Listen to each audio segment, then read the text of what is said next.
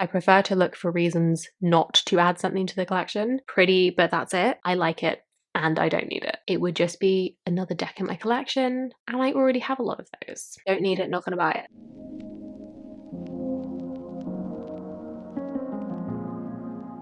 Hello everybody, it's Sylvie. Welcome or welcome back to Tarot Magpie. I hope you're doing good. Oh, that felt weird. I hope you're doing all kinds of good. I don't know why I held back there. I'm so sorry. So today I'm doing a bit of an anti-haul. All credit, of course, for the anti-haul idea goes to Kimberly Clark of Beauty YouTube and my personal YouTube history. But yeah, it's an anti-haul tarot decks edition. So these are mostly kind of newish decks, but I think there's also a couple of older ones. These are decks that I ummed and ahed about and have decided I don't need them. I'm not going to buy them. It's an anti-haul. Let's go. I've got the Witch Sister out here because this is a deck that I bought, and I'm just going to be edging my copy in this like peachy color. The first deck on my list of decks I am anti-hauling is the B Tarot, which is a Llewellyn deck. I think it's available in like the States, but it is still on pre-order in the UK as I film this. I have watched a couple of videos, a couple of walkthroughs, and basically I love the minor arcana of this deck. I love the focus on like bees in the foreground and then people happening in the background, like the more kind of traditional, at least more Rider-Waite-Smith scenes are kind of happening, but they're in the background. I love the reworked minors. We've got jars of honey instead of cups, right? I think it's so cute. I would happily have a bee-based tarot, but there is just like, it's the court cards that put me off this one. They're really samey in, I think, 3 of the suits, and then the pentacles, the court cards are just bees. But in the other 3 suits, they're kind of like really copied and pasted, which is my personal least favorite way of doing court cards, is when it's essentially the same scene, it's just a different person representing each card, because I just think that's a bit lazy. It homogenizes the court cards. I don't know if that is the correct term, if I'm using that correctly, but it doesn't differentiate between the sort of like ranks of the court cards, and I think it's a little bit lazy, a little bit boring. I don't think it really brings anything to the tarot. And I think the air suit, I can't remember if it's called Swords in the deck, but I think the air suit is also a bit samey and a bit like copy paste, which is a real shame. And the sword suit is my favorite suit, so that kind of sealed the deal for me deciding I'm not getting this deck. I still really like it. I think it's really cute, but I know those issues would just really bother me every time I pulled like a court or a sword in a reading, and I'd be like, oh, this is the same as every other, you know, so you pull the Queen of Swords, I'm like, oh, but she looks like the other 3 court cards, and the only way I know she's the queen is because it tells me. And like I say, I just think that's a little bit lazy, a little bit disappointing. So the aesthetic is beautiful and I want it. It's just, I know I wouldn't click with it in practice. I know it wouldn't last long in my collection, and I would end up annoyed with myself for buying it, and then I would inevitably move it on. So the B Tarot, unfortunately, not coming my way. The next deck I want to talk about is the Tarot of the Witch's Garden, which came out about a year ago. So one of the reasons I liked the B Tarot was that aesthetically, in the art style, it kind of had something that I found, or that I felt was missing for me personally in the not Witch Sister, that's this deck, the Tarot of the Witch's Garden. Don't get me wrong, the artwork is absolutely gorgeous, but you know, there's gorgeous artwork and then there's artwork that works for us as individuals in a tarot deck, and it just didn't quite hit the mark for me as tarot artwork. And something about the style in the B deck looks more like a tarot deck, and so if I could have some kind of blend of those 2 decks, that I think could be my perfect cozy country garden sort of a deck. Alas, that deck doesn't exist. And I thought the Tarot of the Witch's Garden was going to be my witchy answer to like the Tarot of the Green Witch that I know a lot of people love. Like, I know there's a lot of witchy decks and I want one, but I want one that works for me. And spoiler, I think I may have found that in the Witch Sister Tarot, but I do still, part of me wants like a cozy cottagecore kind of deck. I just think that would be nice to have. I think that would be fun. I think I would enjoy it. But sadly, the Tarot of the Witch's Garden was not going to be that deck. It looks a little bit static in its artwork, I think. That's the issue I have, is the figures. Like I say, beautiful though the artwork is, it doesn't feel dynamic enough for me and for what the deck feels like it's trying to do. There's just something missing for me personally, and I'm still, like I say, still on the hunt for my perfect witchy cottagecore cozy vibes. Right, next up, the Aronberg Tarot. I was initially so on board for this. I watched a whole bunch of walkthroughs and reviews. I thought it looked really cool. I still do. I still think the concept is really cool. The way it is zoomed in on a chosen few details of each card, I think that's such a clever way of working with the Rider-Waite-Smith symbolism and making what is essentially a Rider-Waite-Smith clone, but it's still conceptually a little bit different. And I just think it's really clever. Like, look, let's be real. If this lands on my doorstep one day, if it lands in my lap, I'm not going to be mad about it. If it somehow works its way into my collection, if I end up impulse buying it because I see it for cheap or something like that, I'm not going to be upset. I imagine I would get a lot of use out of this deck. I don't need it. That's what it comes down to. I'm like, I really don't need the Erenberg Tarot. I don't need what is essentially another Rider-Waite-Smith clone. I have plenty, and I'm trying to be mindful. And the next Rider-Waite-Smith clone I buy, I want it to be really kind of doing something special in my collection. And I just don't think the Aronberg is that for me, which is fine. You know, there are so many decks out there, and just because I've decided that these don't have a place in my collection doesn't mean I don't like them or I don't think they're cool. I've got a limited amount of space. I've got limited hours. There's a limit to the amount of decks I can really work with. And so when I do bring them in, knowing that I'm going to be using them realistically pretty sporadically, I've got a few workhorse decks that I reach for all the time, but most of my decks, let's be honest, you know, I'm not using them multiple times a week because I have like 80 tarot decks. Most decks get used fairly sporadically, and so I want them to be special enough that they feel worth keeping, knowing I'm only going to use them pretty sporadically over the course of a year. Does that make sense? I'm trying to balance. I like having a collection. I like having a lot of options, but I'm trying to balance that with not collecting for the sake of it and not buying everything that I think looks cool, because it's just not a good use of resources. My personal resources, my space, my money, my attention, you know? All right, this one, the Rainbow Tarot, the mass market edition that is, I think it's coming soon, if it's not already out. Again, like, UK release dates often differ from elsewhere, so it's hard to be certain. But the mass market edition of the Rainbow Tarot is coming soon, and I think this is gorgeous. I'm not 100% committed to keeping this one out of my collection. There is a solid chance that if I see this on sale or I see like a secondhand copy and I feel like I need a little bit of a dopamine hit, this might be that kind of deck. I'm not pretending that I don't retail therapy my way through the day sometimes. Let's be honest with each other. And the Rainbow Tarot might be a contender for that, but I am not set on adding it to my collection because I just don't need it. It's beautiful, it's gorgeous.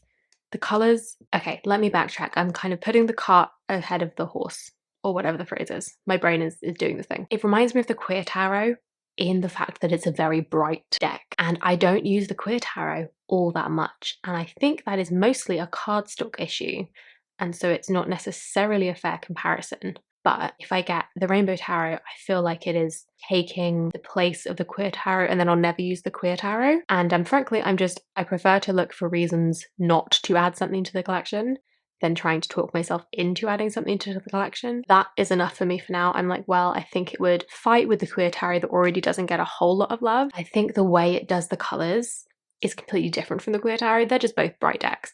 But the texture of the colours, I think it's beautiful. I think it's a really gorgeous deck. But functionally, I think it would be very similar to the Queer Tarot in that it's a bright, I don't know, the Queer Tarot is a straight up Rider-Waite-Smith clone. I'm not sure about the Rainbow Tarot, like where that sits. I know some of the majors look really Marseille, but I think it is illustrated minors. It's a clone of some species. I know that much. It's not an essential. It would be one for the collection. As much as I like it, as much as I'm really pleased to see a lot of indie decks going mass market, I think that's very cool. It makes them much more accessible. I imagine that hopefully it stops people buying fake decks if they're available at a more reasonable price point, but it's not one that I need. I don't need to have duplications in my collection, kind of like what I was saying about the Erenberg Tarot. So, oh, okay, this one kind of hurts my heart a little bit. So the MJ Cullinane Unfinished Business Tarot. I don't know if it's currently available. I know she does all her decks on a pre-order basis, so I think I have missed the last window for pre-orders anyway. But it is no secret on this channel, I love an MJ Cullinane deck. I've got a whole bunch. I talk about them all the time. I wanted so badly to want this deck because the Unfinished Business is a kind of spooky, ghosty deck, and I think each card has a story attached to it, kind of how the Raven's Dream Tarot is done, in that the guidebook tells the story of each card. But I don't like the way she does people and faces. I always feel bad saying I don't like somebody's art style, or I don't like elements of somebody's art style, but like, nothing is for everyone. I don't think it's bad, it's just not for me in a tarot deck. I don't love the way she does faces. I don't love a lot of faces in my decks. I'm picky in the first place. That's the whole point of this deck, is it's like the ghosts of people and their stories. So I am fully aware of the fact that this just would not work for me.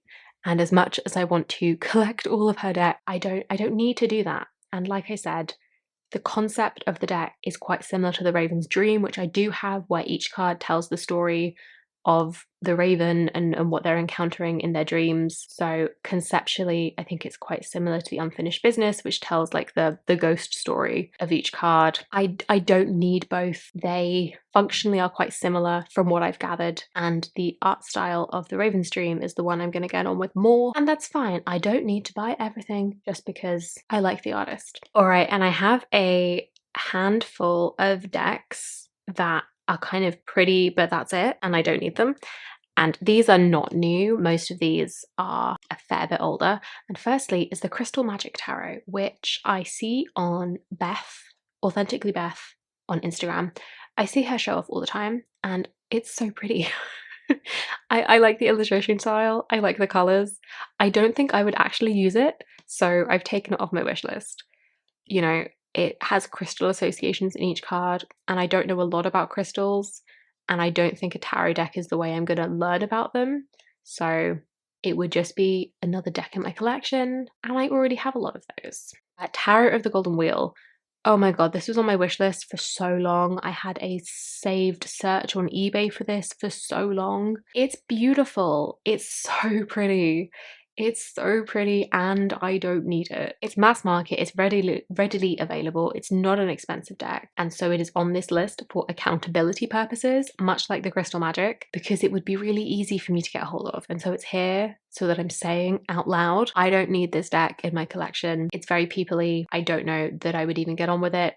It's just absolutely gorgeous, and I really love the sword suit and how wintry it is. But that is not enough of a reason to add a deck to my collection. Don't need it, not gonna buy it. All right, the Mystic Mondays Tarot deck. This is kind of, it's a nostalgic one.